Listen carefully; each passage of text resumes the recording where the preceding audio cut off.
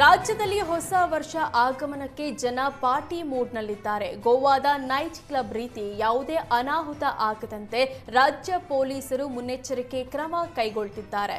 ಇದೇ ಕಾರಣ ಬೆಂಗಳೂರು ಸೇರಿದಂತೆ ರಾಜ್ಯದ ಎಲ್ಲ ಪಬ್, ಬಾರ್, ಕ್ಲಬ್ಗಳ ಪರಿಶೀಲನೆ ಜೋರಾಗಿದ್ದು ಅಗ್ನಿಶಾಮಕ ಇಲಾಖೆಯು ಎಚ್ಚರದಿಂದಿದೆ.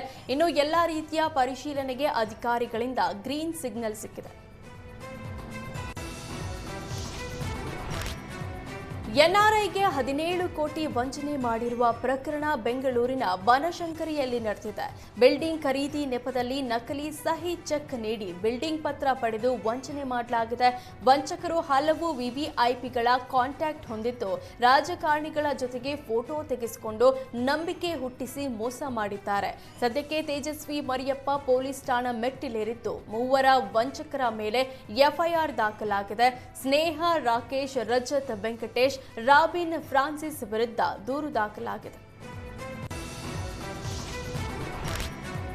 ಚಾಮರಾಜನಗರ ಗಡಿ ತಮಿಳುನಾಡಿನ ದಿಂಬಂಗೆ ಹೋಗುವ ರಸ್ತೆಯಲ್ಲಿ ಗಜಪಡೆ ವಾಹನ ಸವಾರರಿಗೆ ಕ್ವಾಟ್ಲೆ ಕೊಟ್ಟಿದೆ. ಕಾಡಾನೆಗಳು ಕಬ್ಬು, ತರಕಾರಿಗಳನ್ನು ಹೊತ್ತು ತರುವ ಲಾರಿ ಹಾಗೂ ಇತರೆ ಸರಕು ವಾಹನಗಳನ್ನು ಅಡ್ಡಗಟ್ಟಿ ಟಾರ್ಪಲ್ ಎಳೆಯಲು ಯತ್ನಿಸಿವೆ.